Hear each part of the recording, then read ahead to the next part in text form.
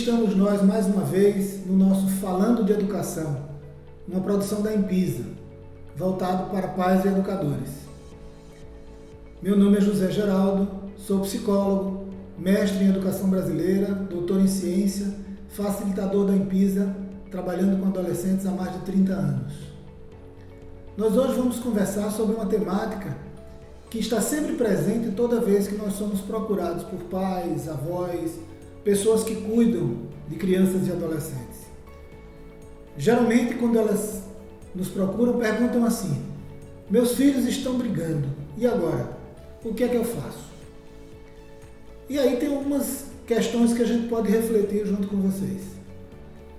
Geralmente, quando isso acontece, quando nós temos dois filhos que estão brigando, as pessoas se aproximam e tentam escutar as duas partes e, a partir dessa escuta, definir quem está certo, quem está errado, quem tem razão, quem não tem, e a partir daí estabelece um procedimento, uma sentença, ou seja, como é que aquilo deve ser resolvido. Nós entendemos não ser essa a melhor forma de intervir no processo em que há conflito entre os filhos. Por algumas razões, vamos procurar refleti-las aqui com vocês.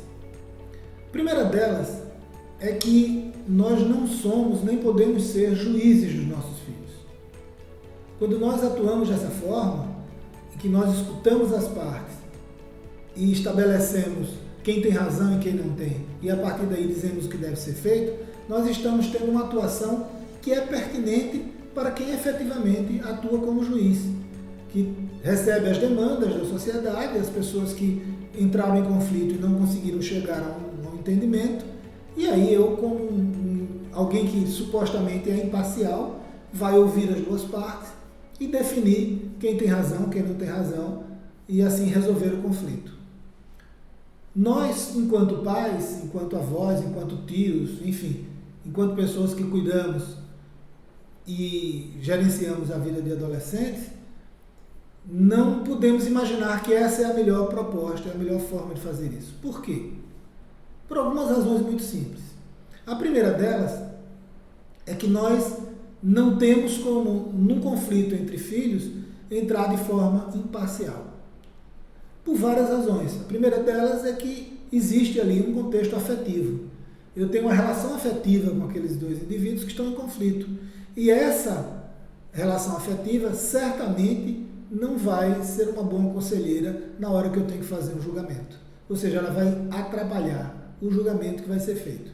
Então, nunca será um julgamento adequado.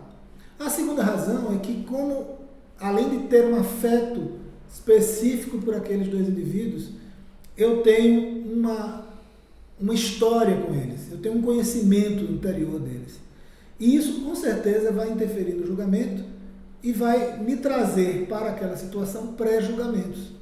Então, veja, por vezes eu digo, olha, é óbvio que foi fulano que provocou, porque ele gosta, ele tem ciúme do irmão, ele gosta de provocar, ele gosta de trazer, pegar coisinhas pequenas e transformar em coisas maiores. Ou então eu vou dizer, ela provavelmente começou essa confusão porque ela se sente inferior ao irmão, ou se sente preterida, ou acha que o irmão tem atenção demais dos pais, e por isso ele sempre provoca, os pais sempre acabam intervindo em favor dele ou dela. Enfim, nós temos toda uma história com esses indivíduos que não nos permitirão sermos bons julgadores, bons juízes. Então esse é um segundo motivo pelo qual essa posição de juiz diante de conflito entre os filhos não vai ser adequada, não vai funcionar adequadamente como devia. Uma segunda questão que a gente pode colocar com relação a essa posição de juiz é que eu tenho ali diante de mim dois indivíduos por quem eu tenho afeto, que fazem parte da minha vida e que, portanto, eu tendo a tentar resolver as coisas por eles. Eu tendo a trazer soluções, o que geralmente não é algo interessante para a vida deles. Ou seja, se eu intervenho definindo quem está certo e quem está errado, né? Estabelecendo o julgamento e defino que procedimentos devem ser feitos. A partir daí, eu estou tirando deles a oportunidade de experimentar a própria capacidade de lidar com conflitos que porventura existem. Então, eu como autoridade que estou chegando ali definindo, eu estou tirando deles a oportunidade de exercitar esse processo de diálogo, de negociação, de resolução de conflitos. Portanto, mais uma vez, o que supostamente seria algo positivo, porque eu estaria resolvendo o conflito e acabando com o conflito entre meus filhos, na realidade vai trazer prejuízo em dois níveis, né? No primeiro é que eu não sou um bom julgador, e um outro detalhe também importante é que na hora que eu estabeleço um julgamento que defino quem tem razão e quem não tem, alguém vai se sentir preterido naquele processo. Aquele que foi considerado que estava errado vai desenvolver um sentimento com relação a pai e mãe, porque aí ele não é isento do afeto, o afeto interfere nesse processo, e ele vai dizer, poxa, mas sempre dá razão a ele, sempre dá razão a ela, ou nunca me escuta, eu não sou escutado, eu não sou entendido, eu não sou compreendido, e ele tende a estabelecer cada vez mais uma relação de distanciamento do pai e da mãe que exerceu aquela função de juiz. Então, eu não serei nunca um bom julgador por essas questões que já foram colocadas, e estou tirando deles a possibilidade de aprenderem a ser negociadores e a resolver seus próprios conflitos. Então, o que é que eu posso fazer nesse caso, né? Meus filhos estão brigando, e daí?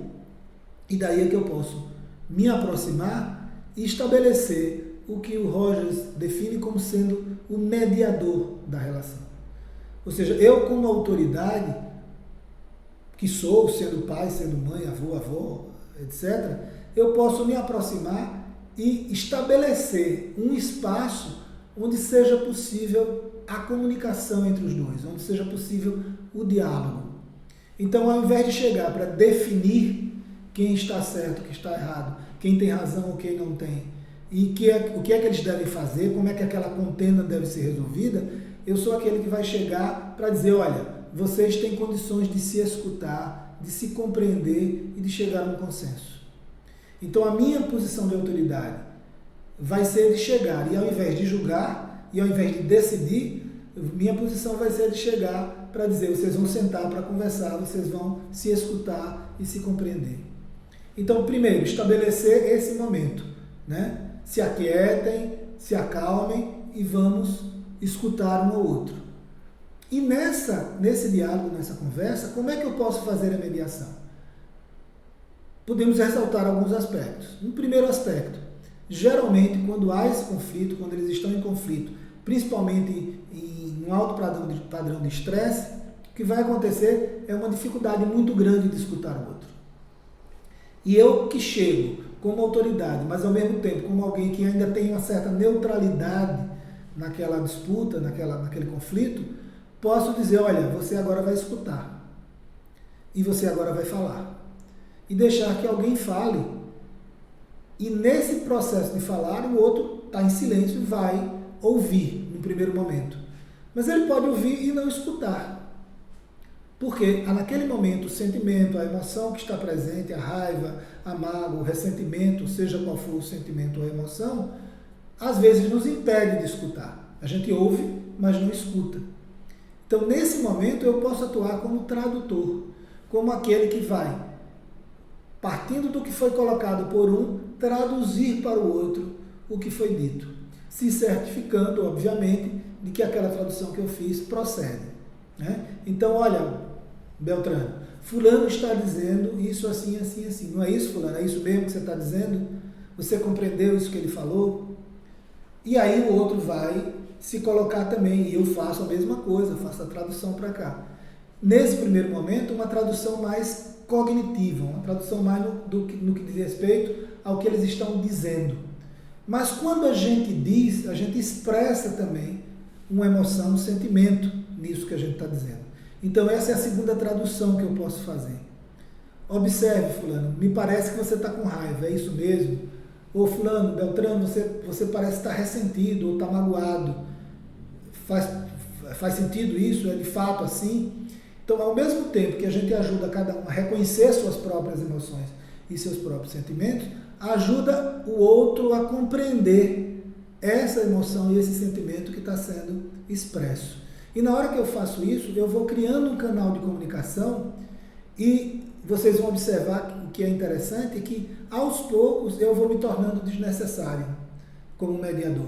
Aos poucos, a relação deles vai permitindo uma comunicação e essa comunicação começa a fluir, de tal forma que eu posso, aos pouquinhos, ir me retirando da discussão e retirando do conflito. Então, eu vou proporcionar com isso alguns ganhos importantes. O primeiro deles, nossos filhos vão aprender a escutar e vão aprender a se colocar. Que são duas coisas que aparentemente são fáceis, mas são extremamente difíceis. E no mundo de hoje está cada vez mais raro, né? As pessoas têm muita dificuldade em escutar e muita dificuldade em se colocar. Porque para me colocar eu preciso escutar. E a partir do que o outro coloca, estabelecer uma argumentação.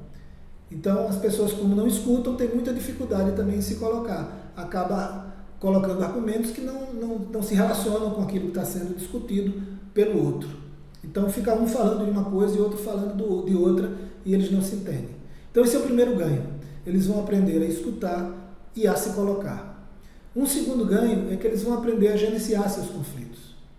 Eles vão aprender a lidar com os conflitos que surgem, entendendo que não é porque eu falo mais alto, porque eu grito mais, porque eu imponho minha vontade, que aquele conflito vai ser resolvido. Mas ele vai se resolver à medida que eu estabeleço uma relação empática com o outro. Quer dizer, que eu me coloco na possibilidade de compreender o ponto de vista do outro e, em compreendendo o ponto de vista do outro, posso colocar meu ponto de vista também de forma mais adequada, de forma mais pertinente. Então a gente tem um outro ganho aí, que é a gente dá autonomia para os nossos filhos no gerenciamento dos conflitos. Porque se eu como autoridade entro e resolvo o conflito, eu não permito a eles que esse aprendizado, né, do gerenciamento de conflitos ocorra. E na hora que eu entro como mediador, isso se torna possível. E que ferramentas são mais importantes para a gente utilizar nesse processo? Pai não foi feito para julgar. Pai é um péssimo julgador. Pai foi feito para acolher e para possibilitar a expressão dos filhos. E a partir da expressão dos filhos, definir rumos, orientações, encaminhamentos baseados no que é trazido por eles. E aí duas ferramentas importantes são o afeto e o amor. Né? O amor no sentido de que eu os amo incondicionalmente. E a partir daí eu estabeleço um processo de afetividade. Ou seja, eu me permito ser tocado pelo outro, ser afetado pelo outro e, em fazendo isso, eu me permito também ser capaz de afetar o outro. Então a afetividade, que não é meramente eu ser carinhoso, mas é eu me deixar afetar pelo que o outro traz, né? Ter uma relação empática e também me tornar capaz de afetar o outro com aquilo que eu falo. Se eu entro num processo de julgamento, o outro não vai se deixar ser afetado por mim, porque eu estou julgando ele e ele quer se defender. Se eu entro nesse processo de mediação com amorosidade, o outro vai se deixar ser afetado pelo que eu falo, até porque vai perceber que eu estou me deixando afetar pelo que ele coloca também. Então essa é a proposta. Meus filhos estão brigando e agora? E agora seja um mediador desse conflito e não um juiz. Nós estamos com isso encerrando mais um Falando de Educação. Se você gostou, curta e compartilhe, divulgue, espalhe essa informação para que outras pessoas possam também participar. Nos encontramos na próxima Falando de Educação.